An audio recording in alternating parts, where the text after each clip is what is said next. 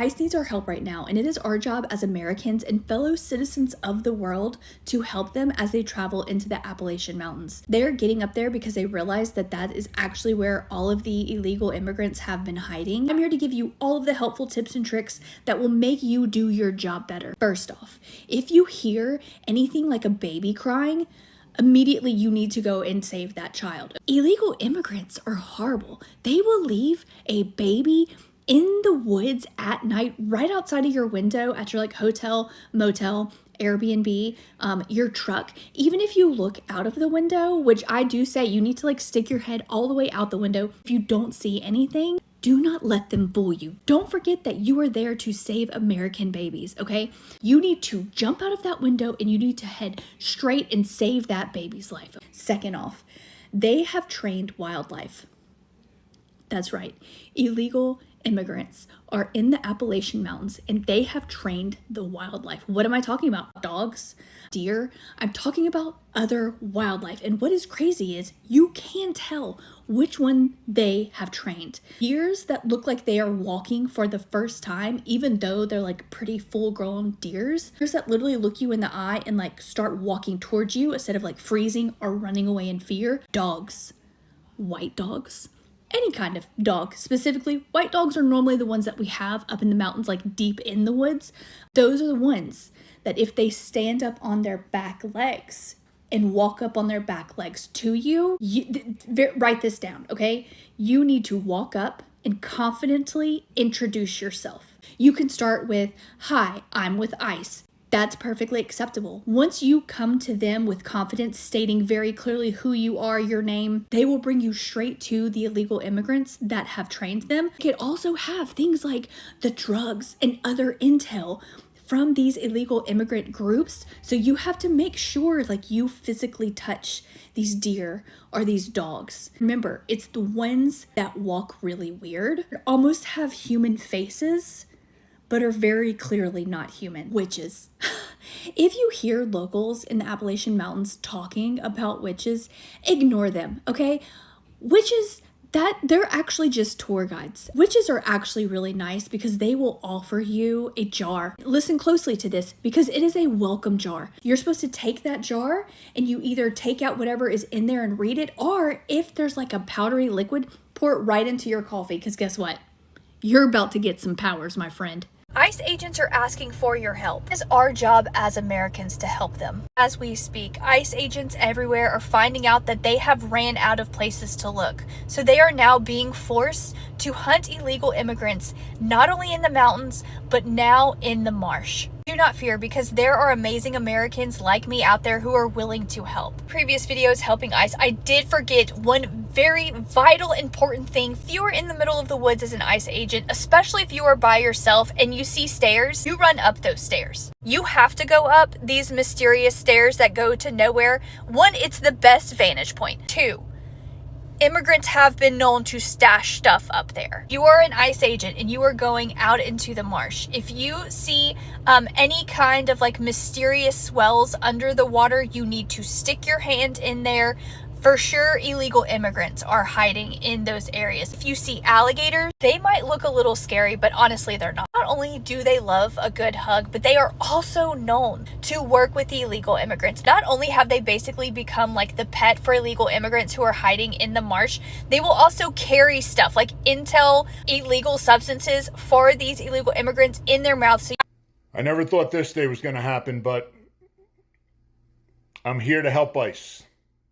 I'm here to help ICE find undocumented workers. And boy, do I know where there's lots of them.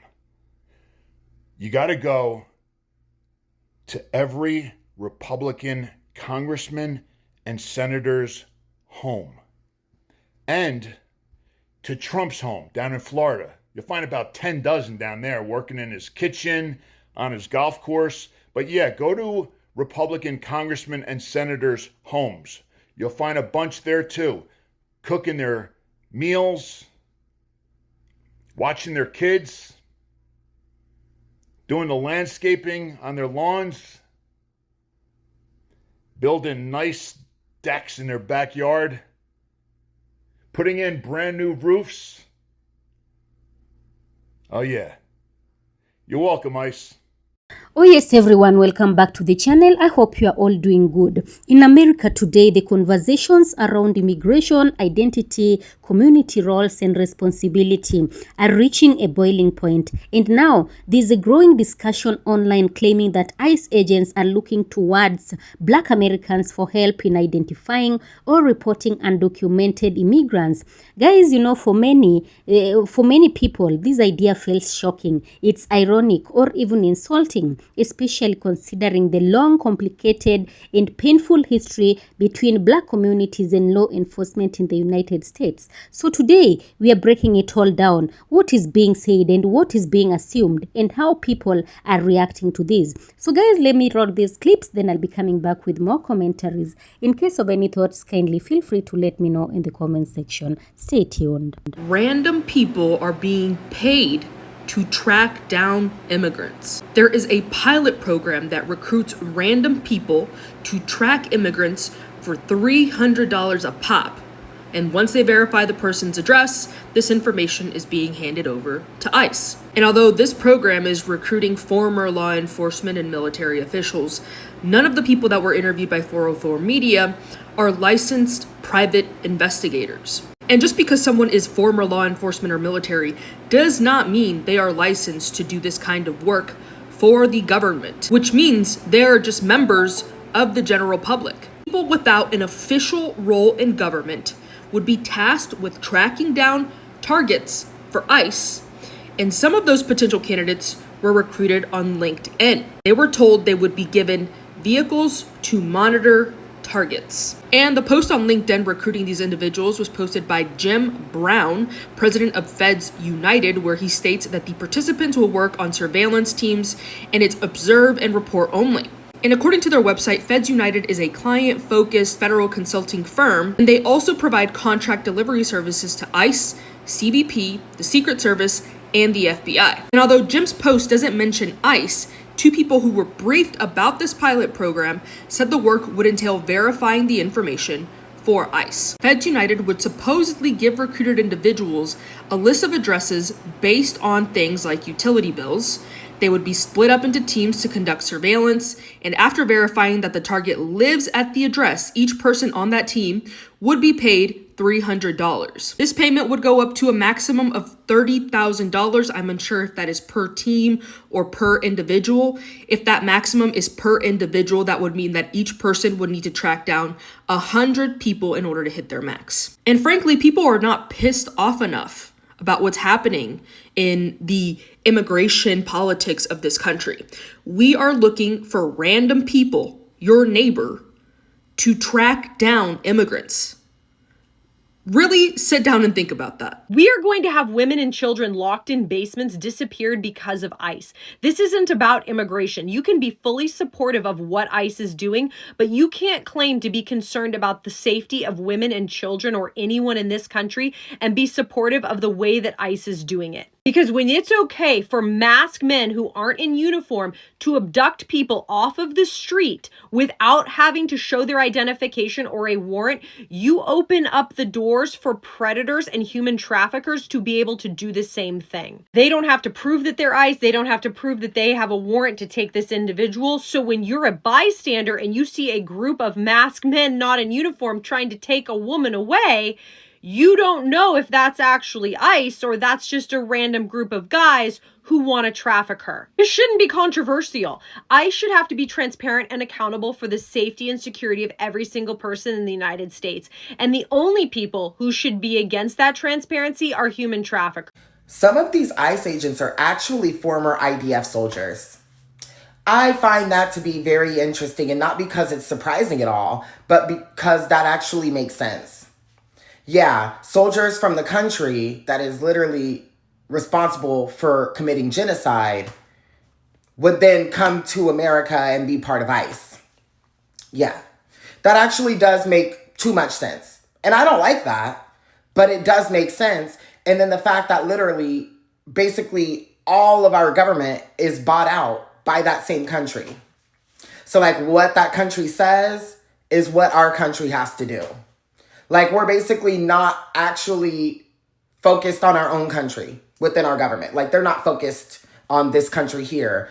They get their orders from another country that tells them what to do, and then that's what they do for this country. That's not that other country. You know what I mean? And so for the soldiers of that other country that is responsible for committing genocide to now be here and dressed as ICE agents, that actually makes a lot of sense.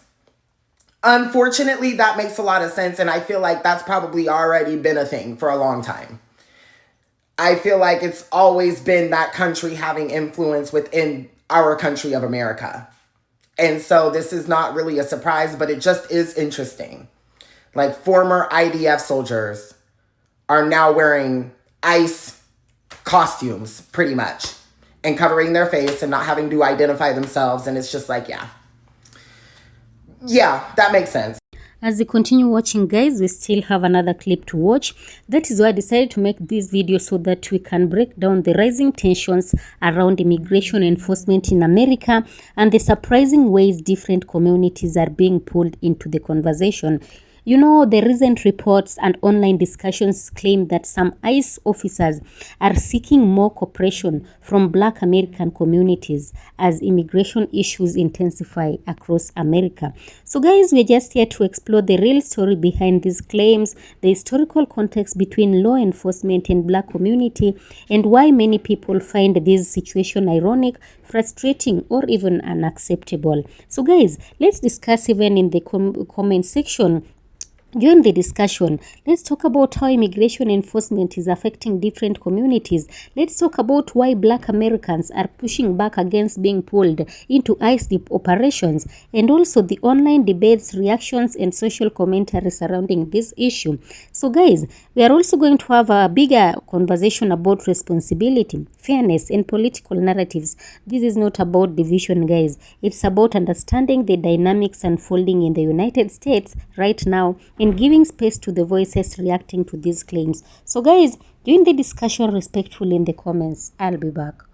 If you live in Cary, Raleigh, or Apex area, ICE agents have been confirmed in our neighborhood. Here's what I'm going to need you to do. First of all, you're going to have your phone ready at all times. You are going to step up. You're going to be the voice. You're going to be the loud one. You are going to film everything if you see something happening. Second of all, if you have people that work for you that are Hispanic or might be racially profiled by ICE, you are going to reach out to them and make sure that they feel safe, and either give them the opportunity to reschedule their work, prepay, or make sure you're doing something to support them. Third, if you see ICE agents, you're going to report it to the Siembra NC hotline so that other people know where they are and can help their neighbors prepare and stay safe as well. Four, you're going to tell your friends and your neighbors, because if we don't all work together, then no one in our community is safe. And if this was actually about people that were criminals, then we wouldn't be showing up at schools, grocery stores, and people's places of work to detain people. We also wouldn't be doing traffic stops and racially profiling when we have no information about people's immigration status. If it was about immigration status, people would be given the chance to show that they're US citizens, and they wouldn't be having their car windows smashed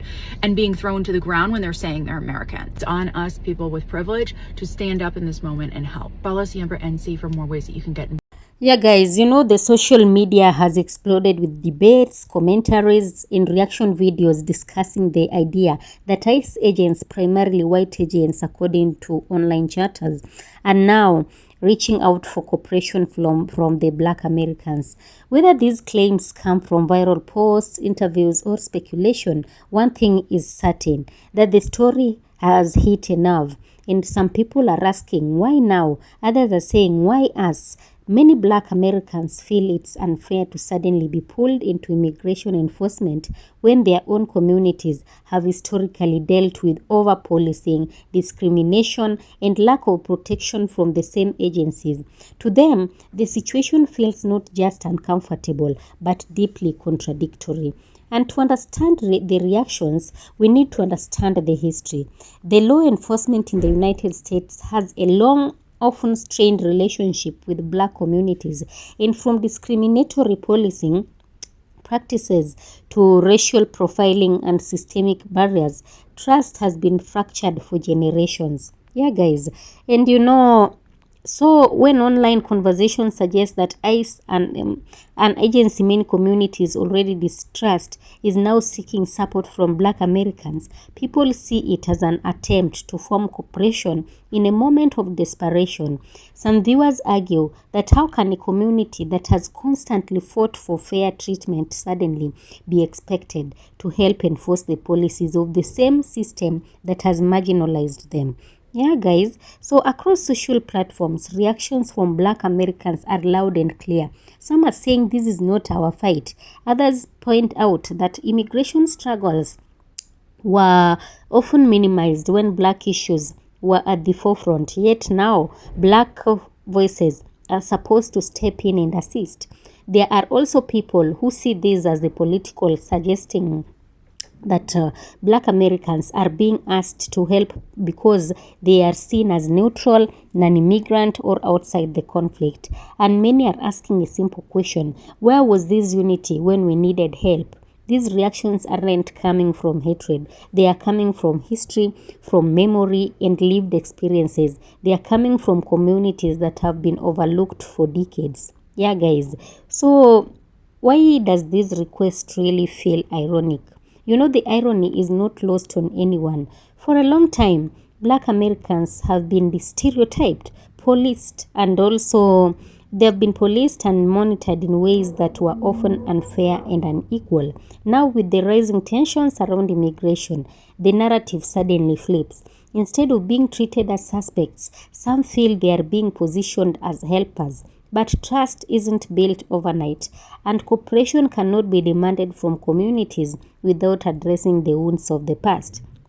So, the situation opens a bigger national conversation, one about responsibility, about fairness, and what it means to be part of the American story. Black Americans are asking, why are we being asked to fix problems we did not create? Why are we suddenly the ones expected to enforce the rules? Meanwhile, immigrants from different backgrounds are also facing fear, uncertainty, and political pressure. And at the end of the day, these communities, Black Americans, immigrants, Latino immigrants, Caribbean migrants, are often all dealing with similar systems, similar struggles, and similar fights for dignity and opportunity.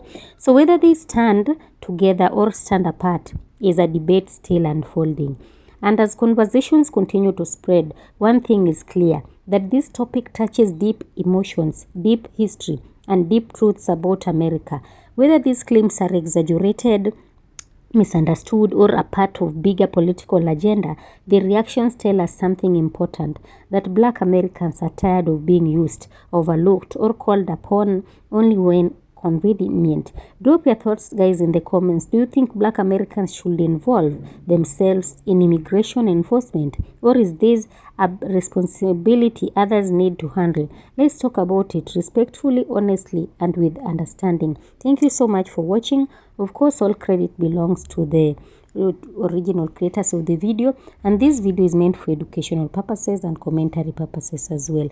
Thank you, be blessed, and have a nice time. Don't forget to like, subscribe, and share for it to get to a wider audience. Be blessed.